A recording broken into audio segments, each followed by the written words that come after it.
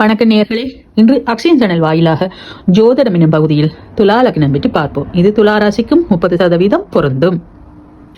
இது காலபுருஷ தத்துவத்தின்படி 7ஆம் வீடு, சுக்கிரனின் ஆண் வீடு, நீர் ராசி, ஒற்றைப்படை ராசி, காற்று ராசி. எந்த லக்கினமாக இருந்தாலும் ரிஷபமும் துலாமும் கெட்டிருந்தால் திருமண வாழ்க்கையில் கண்டிப்பாக சிக்கல்கள் ஏற்படும். இந்த லக்கினத்தில் பிறந்தவர்கள் பற்றற்று இருப்பார்கள், பேலன்ஸாக இருப்பார்கள், கால்குலேட் மைண்ட் இருக்கும், எளிதில் ஏமாற மாட்டார்கள், வியாபார நுணுக்கங்கள் தெரிந்தவர்கள், குடும்ப பாசம் அதிகமாகவே இருக்கும், கஞ்சத்தனம் இருக்கும், எளிதில் செலவு செய்ய மாட்டார்கள், தன் குடும்பத்தை தவிர்த்து மற்றவர்களுடன் பெரிதாக ஈடுபாடு சென்டிமெண்ட் இருக்காது, மற்ற நிகழ்வுகளிலும் பெரிய ஈடுபாடு இருக்காது, சுய தொழிலில் அதிக ஆர்வம் உண்டு, வெளிநாட்டு வாசம் வெளிநாட்டு தொடர்பு இருக்கும், பண விஷயத்தில் ரகசியம் இருக்கும், எதிலும் பொறுமை, விட்டு கொடுத்து போவார்கள்.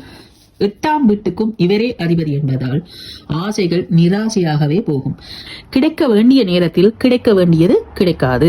நினைப்பதற்கு எதிராகவே பெரும்பாலும் எல்லாம் நடக்கும்.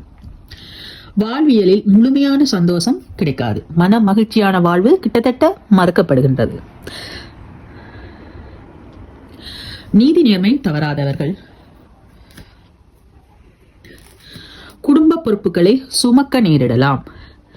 தேவைக்கு ஏற்ப பணம் சற்று குறைவாகவே இருக்கும். கடன்பட வேண்டிய சூழல் உருவாகும். உடன் பிறந்தவர்களுடன் கருத்து வேறுபாடுகள் ஏற்படும். அவர்களால் கடன் ஏற்படவும் வாய்ப்புண்டு.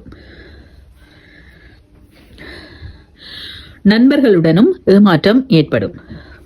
அதீத தைரியம் இருக்கும்.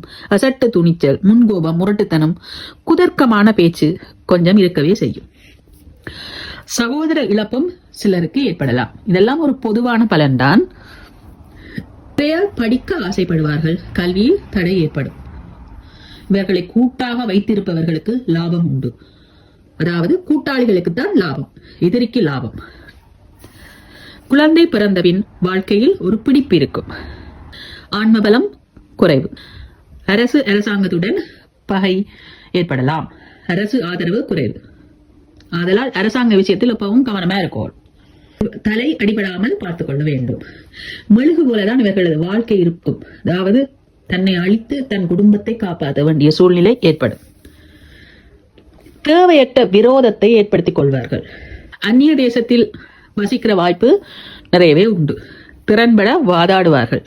பூரண ஆயுள் உண்டு. திடீர் அதிர்ஷ்டம் உண்டு. லாட்டரி யோகம் எல்லாம் இவர்களுக்கு இருக்குது. தந்தையின் அன்பும் ஆதரவும் எப்போதும் கிடைக்கும். இவர்களும் தந்தை மேல் அதீத அன்பு கொண்டவர்கள். வாழ்க்கை துணையினாலும் விரக்தியே இவர்களுக்கு. இவர்கள் வாழ்க்கை துணை அதீத கோபம், தான் வைத்தது சட்டம் என்கிற மாதிரியே இருப்பார்கள்.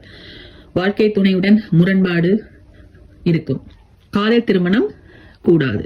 காதல் திருமணம் பெரிதா சிறப்பல்ல இவர்களுக்கு. இவர்கள் அதீத உழைப்பை வெளிப்படுத்துவார்கள்.